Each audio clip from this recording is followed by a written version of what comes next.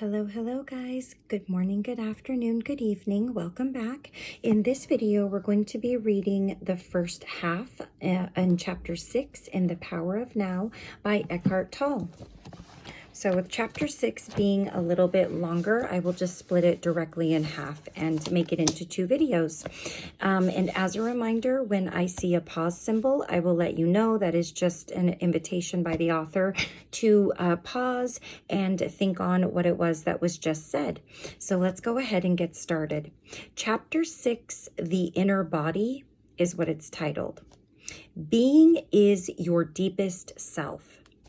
You spoke earlier about the importance of having deep roots within or inhabiting the body. Can you explain what you meant by that? The body can become a point of access into the realm of being. Let's go into that more deeply now. I am still not quite sure if I fully understand what you mean by being, and this is being with a capital B. Water? What do you mean by that? I don't understand it. This is what a fish would say if it had a human mind. Please stop trying to understand being.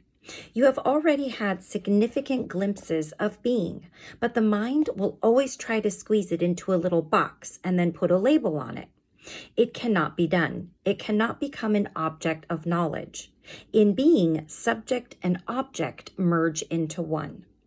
Being can be felt as the ever-present I am that is beyond name and form. To feel and thus to know that you are, and to abide in that deeply rooted state is enlightenment, is the truth that Jesus says will make you free. Free from what? Free from the illusion that you are nothing more than your physical body and your mind. This illusion of self, as the Buddha calls it, is the core error. Free from fear in its countless disguises as the inevitable consequence of that illusion. The fear that is your constant tormentor as long as you derive from your sense of self only from this ephemeral and vulnerable form. And free from sin, which is the suffering you unconsciously inflict on yourself and others, as long as this illusory sense of self governs what you think, say, and do. Look beyond the words. I don't like the word sin. It implies that I'm being judged and found guilty. I can understand that. Over the centuries, many erroneous views and interpretations have accumulated around words such as sin, due to ignorance, misunderstanding, or a desire to control, but they contain an essential core of truth. If you are unable to look beyond such interpretations and so cannot recognize the reality to which the word points, then don't use it. Don't get stuck on that level of words. A word is no more than a means to an end. It's an abstraction. Not unlike a signpost, it points beyond itself. The word honey isn't honey. You can study and talk about honey for as long as you like, but you won't really know it until you taste it. After you have tasted it, the word becomes less important to you. You won't be attached to it anymore. Similarly, you can talk or think about God continuously for the rest of your life, but that does not mean you know or have even glimpsed the reality to which the word points. It really is no more than an obsessive attachment to a signpost, a mental idol. The reverse also applies. If for whatever reason you disliked the word honey, that might prevent you from ever tasting it. If you had a strong aversion to the word God, which is a negative form of attachment, you may be denying not just the word, but also the reality to which it points. You would be cutting yourself off from the possibility of experiencing that reality. All this is, of course, intrinsically connected with being identified with your mind. So if a word doesn't work for you anymore, then drop it and replace it with one that does work. If you don't like the word sin, then call it unconsciousness or insanity. That may get you closer to the truth, the reality behind the word, than a long misused word like sin. Sorry, I misread that.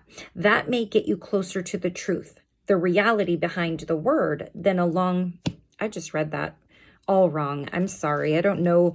I'm reading it out of context. So that may get you closer to the truth, the reality behind the word, than a long misused word like sin, and leaves little room for guilt. That's better. I don't like those words either. They imply that there is something wrong with me. I am being judged. Of course there is something wrong with you, and you are not being judged.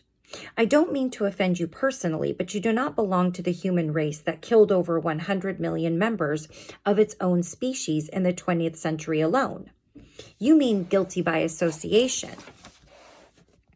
It is not a question of guilt, but as long as you are run by the egoic mind, you are part of the collective insanity. Perhaps you haven't looked very deeply into the human condition in its state of dominance by the egoic mind.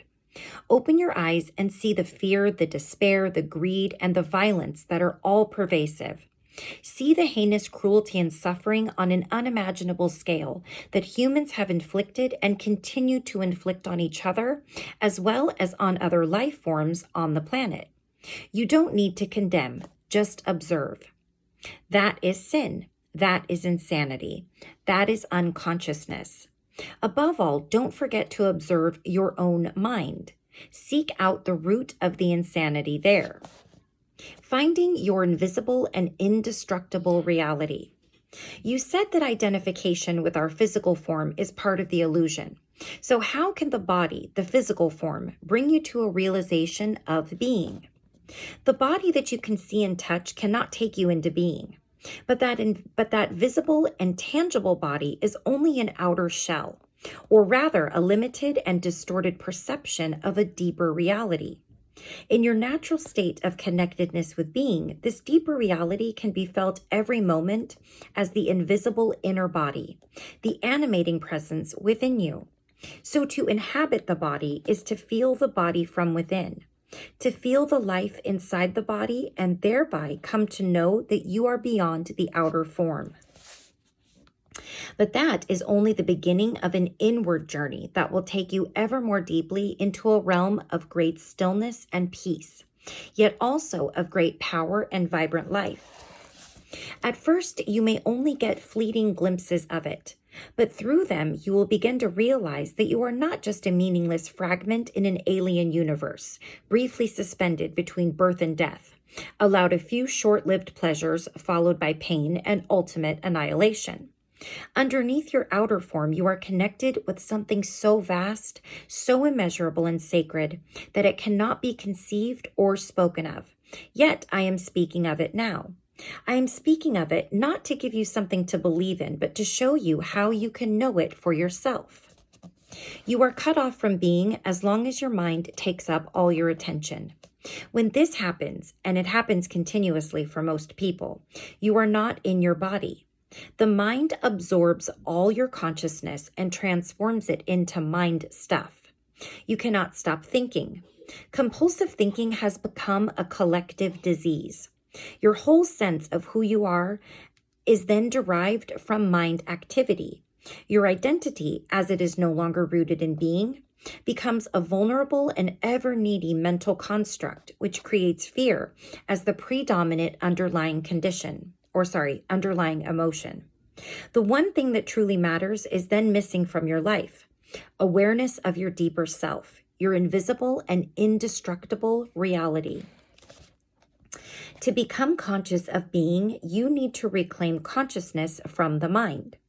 This is one of the most essential tasks on your spiritual journey. It will free vast amounts of consciousness that previously had been trapped in useless and compulsive thinking. A very effective way of doing this is simply to take the focus of your attention away from thinking and direct it into the body, where being can be felt in the first instance as the invisible energy field that gives life to what you perceive as the physical body. Connecting with inner body. Please try it now. You may find it helpful to close your eyes for this practice. Later on, when being in the body has become natural and easy, this will no longer be necessary. Direct your attention into the body. Feel it from within. Is it alive? Is there life in your hands, arms, legs, and feet? in your abdomen, your chest? Can you feel the subtle energy field that pervades the entire body and gives vibrant life to every organ and every cell? Can you feel it simultaneously in all parts of the body as a single field of energy? Keep focusing on the feeling of your inner body for a few moments. Do not start to think about it. Feel it. The more attention you give it, the clearer and stronger this feeling will become. It will feel as if every cell is becoming more alive. And if you have a strong visual sense, you may get an image of your body becoming luminous. Although such an image can help you temporarily, pay more attention to the feeling than to any image that may arise. An image, no matter how beautiful or powerful, is already defined in form, so there is less scope for penetrating more deeply. And of course, there's a pause symbol after that. The feeling of your inner body is formless, limitless, and unfathomable. You can always go into it more deeply. If you cannot feel very much at this stage, pay attention to whatever you can feel. Perhaps there's just a slight tingling in your hands or feet. That's good enough for the moment. Just focus on the feeling. Your body is coming alive. Later, we will practice some more. Please open your eyes now, but keep some attention in the inner energy field of the body, even as you look around the room. The inner body lies at the threshold between your form identity and your essence identity, your true nature. Never lose touch with it. And there's a pause symbol. Transformation through the body. Why have most religions condemned or denied the body? It seems that spiritual seekers have always regarded the body as a hindrance or even as sinful. Why have so few seekers become finders? On the level of the body, humans are very close to animals. All the basic bodily functions, pleasure, pain, breathing, eating, drinking, defecating, sleeping, the drive to find a mate and procreate, and of course, birth and death, we share with the animals. A long time after their fall from a state of grace and oneness into illusion, humans suddenly woke up in what seemed to be an animal body, and they found this very disturbing.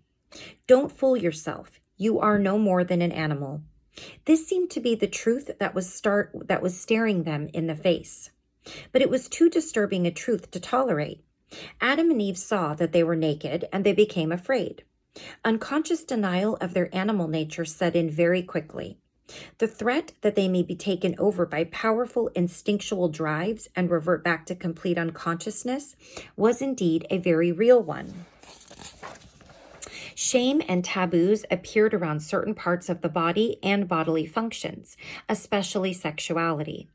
The light of their consciousness was not yet strong enough to make friends with their animal nature, to allow it to be and to even enjoy that aspect of themselves, let alone to go deeply into it to find the divine hidden within it, the reality within the illusion. So they did what they had to do. They began to disassociate from their body. They now saw themselves as having a body rather than just being it. When religions arose, this disassociation became even more pronounced as the "you are not your body" belief. Countless people in East and West throughout the ages have tried to find God, salvation, or enlightenment through denial of the body. This took the form of denial of sense pleasures and of sexuality in particular, fasting, and other ascetic practices. They even inflicted pain on the body in an attempt to weaken or punish it because they regarded it as sinful. In Christianity, this used to be called mortification of the flesh. Others tried to escape from the body by entering trance states or seeking out-of-body experiences. Many still do. Even the Buddha is said to have practiced body denial through fasting and extreme forms of asceticism for 6 years. But he did not attain enlightenment until after he had given up this practice. The fact is that no one has ever become enlightened through denying or fighting the body or through an out-of-body experience. Although such an experience can be fascinating and it can give you a glimpse of the state of liberation from the material form, in the end, you will always have to return to the body, where the essential work of transformation takes place. Transformation is through the body, not away from it. This is why no true master has ever advocated fighting or leaving the body, although their mind-based followers often have. On a side note, I have seen an uptick in many of the people that share videos about awakening and spiritual aspects. Many of them have started getting into these rituals in other parts of the country, using the ayahuasca tea, using mushrooms, using marijuana, using all of that. I don't know if I can say that on here, but I've always kind of felt like it was a cop-out, because if you have to do that to get to a different state, it kind of felt like cheating. And I lost a little bit of respect for their decision. Even though it's absolutely their own journey, I kind of found myself pulling away from watching a lot of the stuff that they shared from there on, because they became a little bit more of an advocate for it and seemed to, maybe in their own ways enjoy it, and would talk about it a lot. And it just kind of bothered me. It didn't sit well with me as far as something that I would want to do, especially if you're the type of person that has an addictive personality or has struggled from addiction and abuse. I would never recommend that, opening up any gate like that, because you just don't know. And it's very, very easy, especially if we're talking spiritual. It's very easy to justify and to, give a lot of meaning behind it. Okay, done with that. Of the ancient teachings concerning the body, only certain fragments survive, such as Jesus' statement that your whole body will be filled with light. Or they survive as myths, such as the belief that Jesus never relinquished his body, but remained one with it and ascended into heaven with it.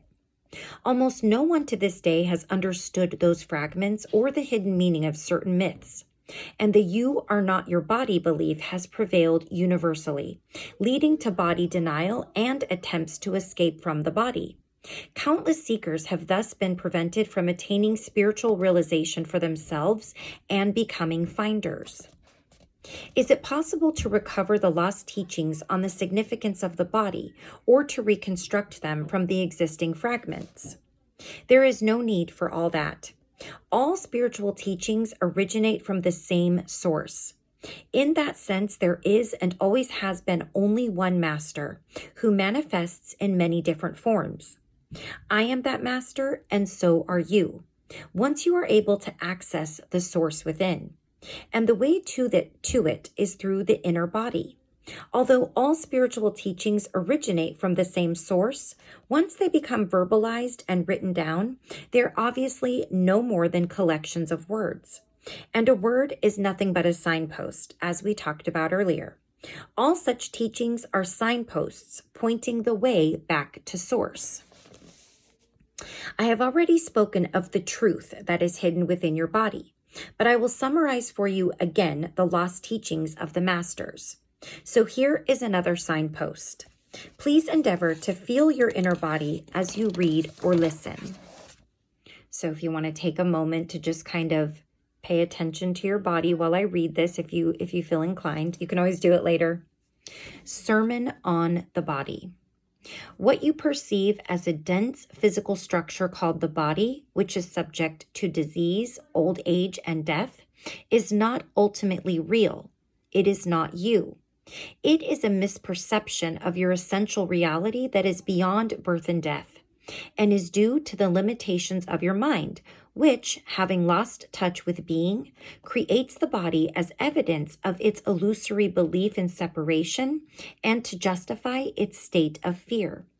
But do not turn away from the body, for within that symbol of impermanence, limitation, and death that you perceive as the illusory creation of your mind is concealed the splendor of your essential and immortal reality. Do not turn your attention elsewhere in your search for the truth, for it is nowhere else to be found but within your body. Do not fight against the body, for in doing so, you are fighting against your own reality. You are your body.